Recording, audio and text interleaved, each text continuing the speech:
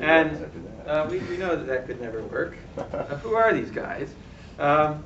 25 or more years ago, DeMillo, Lipton, and Perlis wrote a paper that was very controversial at the time, but is now the conventional wisdom, which says formal program verification will never work, and it was the wrong thing to do anyway, and it has nothing to do with proofs as mathematicians understand them. So everybody said, oh, that's a relief, because we didn't want to learn that stuff anyway. So here is a quickie summary of why program verification could never work. First of all, to specify, how do you verify Microsoft Word, right? Well, first of all, you write down the specification of Microsoft Word, and then you prove that the implementation matches the specification. But most real-life programs you can never specify either because they do such complicated things. The specification is impossibly correct. So you could try and do it, but you would get it wrong, and then you prove it was useless. And to prove things about it, you need domain knowledge. And the people who understand how to prove theorems, in logic, don't have the domain knowledge about airflow over wings and vice versa. The programmers who are implementing this need to cooperate, but they're not trained in logic and theorem proving. And then the proofs you get are too complex to check because they're proving things about complex programs. And checking proofs, is hard work. And then what? You prove things about the source program, but you're executing machine language, and there's no particular correlation between that you could prove anything about between the source language and the machine language. And large programs can never be perfect, so there's no point in trying to prove them correct because they're not correct. So it's a losing proposition. They're still useful even if they're not correct, right? But they're not going to be correct. And then sort of the philosophical question is that proofs in mathematics actually communicate understanding of mathematics to other mathematicians. And proofs about programs, in Lipton and DeMillo's argument, don't do that. So, but these misguided folks in the world of type theory and theorem proving kept at it, and there's been actually a lot of research since then in two separate areas, neither of which directly attacked the thing that DeMillo, Lipton, and Perlis said you couldn't do. So therefore, these might have succeeded. And indeed, both of these communities, I think, have succeeded in a lot of things. And one community is type systems. All right, we won't prove the program correct. We'll just prove certain simple safety properties about it. And then once you do that, we'll prove some more complicated safety properties. And that's very successful. And one of the things it led to was type systems for object-oriented programming languages. So here we are.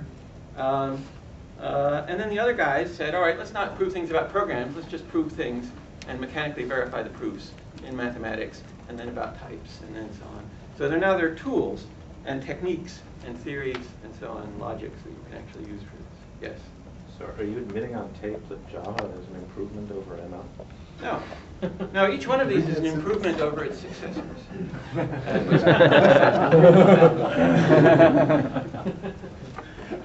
In no particular order. Right, I say so.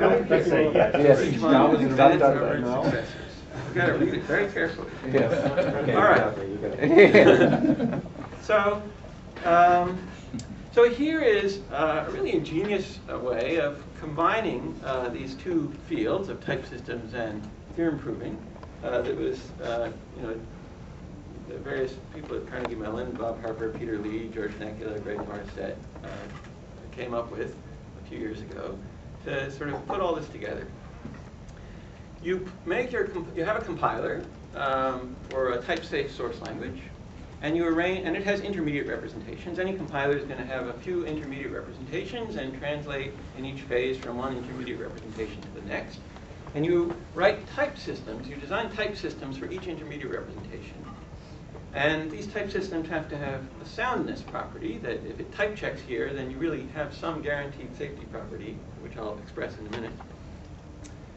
And then you can produce the types at the next lower level by taking the types at this level and transforming them at the same time you transform the operational code from one intermediate language to the next.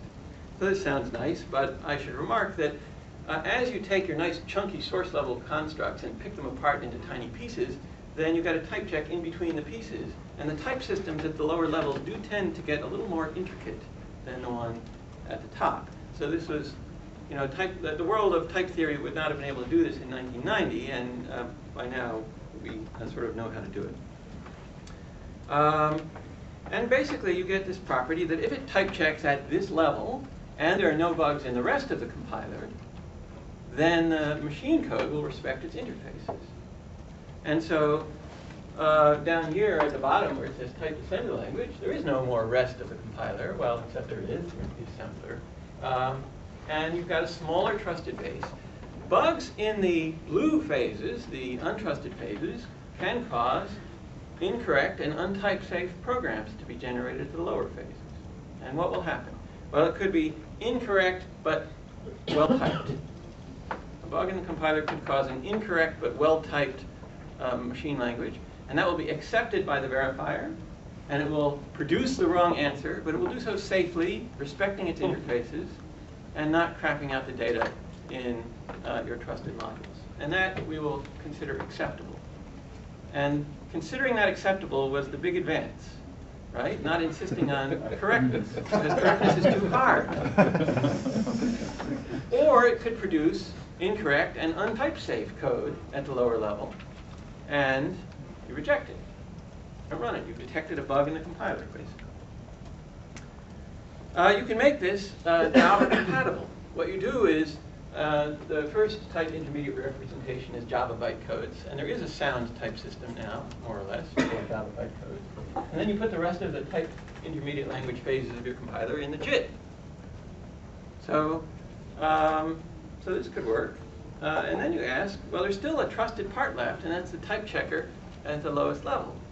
And you ask, how big and complicated is that? Because a bug in that can be exploited by a sophisticated attacker. So let me talk about how big is that.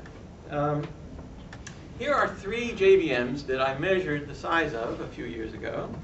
One is Café, the open source non-optimizing JIT.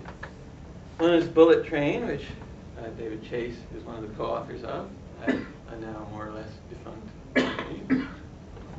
Whatever. And it's a highly optimizing JIT. It generates sophisticated machine code. You get good performance. And then the third one is a proof-carrying code system built by a little company that George Nekula and Peter Lee started a few years ago, and then suspended after a couple of years because they didn't have any customers. Now, the Café virtual machine is 60,000 lines of code, of which most of it is the JIT. The Bullet Train virtual machine is 140,000 lines of code, of which most of it is the compiler. It's not, strictly speaking, a JIT compiler, but in any case, you have to trust most of it. And it generates code that probably runs 10 times faster. So you get, what you pay for in terms of trusted base. And then the special J system, that big white part of the bar, is the JIT compiler that you don't have to trust, because bugs in it will be caught by the low-level checker that's this part. So now the part that you have to trust, and it probably doesn't get performance quite as good as Bullet Train, but it's probably a lot better than Café. It really was an optimizing compiler. And now the part you have to trust is about 35,000 lines of code. And at the rate of 1 bug for every 3,000 lines of code, you couldn't trust that. But at the rate of 1 bug for every 30,000 lines, maybe there's no bugs. Maybe it's only 1 bug. It turned out there was 1 bug. That their checker is still a fairly complicated thing. It had typing rules. A graduate student at Yale analyzed their typing rules and found an incorrect, unsound typing rule and was able to exploit it to make it cast an integer to a pointer. All right, but it's still an interesting technology, and we built our own kind of proof-carrying code compiler. My graduate student, Joanne Chen, did this for an ML compiler. So it produces, this is to scale, more or less. Here's our compiler, 170,000 lines of code. The blue parts are stuff that we could reuse from the pre-existing compiler. And we didn't want to have, we have to preserve types all the way through the back end to make this work. And we had a back end already that didn't preserve types, but it did preserve some sort of abstract annotation on machine instructions. And so we fooled it into preserving types by adding a little glue on the side. And that's instructive, that you can, with some work, retrofit this technology onto the compiler you might have already. And then we have this checker. That's the part you have to trust. And how complicated is the checker that you have to trust? Well, it's about 4,000 lines of rules and 1,000 lines of simple Prolog interpreter, roughly speaking. And so there's all sorts of kinds of rules about examining the Spark instructions and seeing how they correspond to the type annotations and seeing if the type annotations are self-consistent. I'll show you one rule, okay? I won't show it to you for long, and I won't explain much details, but the point is that the type system is fairly complicated. And you know, if two smart guys like Peter Lee and George Nekula can write a type system and get it just wrong enough that a graduate student at Yale can find a bug in it, then I can't write a type system and get it right so that some graduate student, you know, somewhere else won't find a bug. So we have a proof of soundness of the type system. So here's this checker, the type system that I'm not trusting myself to get right. And here are some axioms about the spark. And the theorem we want to prove is that if this type system accepts a string of integers, then that string of integers interpreted as a machine language program will have a memory safety problem. And to scale, here is our machine checkable soundness proof of that type system. It's 130,000 lines of code. So here are our axioms. Here's our proof checker. So the proof checker is small enough that we can actually get it right. All right, so that's the scheme. We call this foundational proof carrying code. Let me show you the trusted base then. I'll blow up those two little circles to big. And we have, this is the axioms. Well, one of the axioms is, here's the opcode syntax of Spark machine instructions. Right? And this axiom is,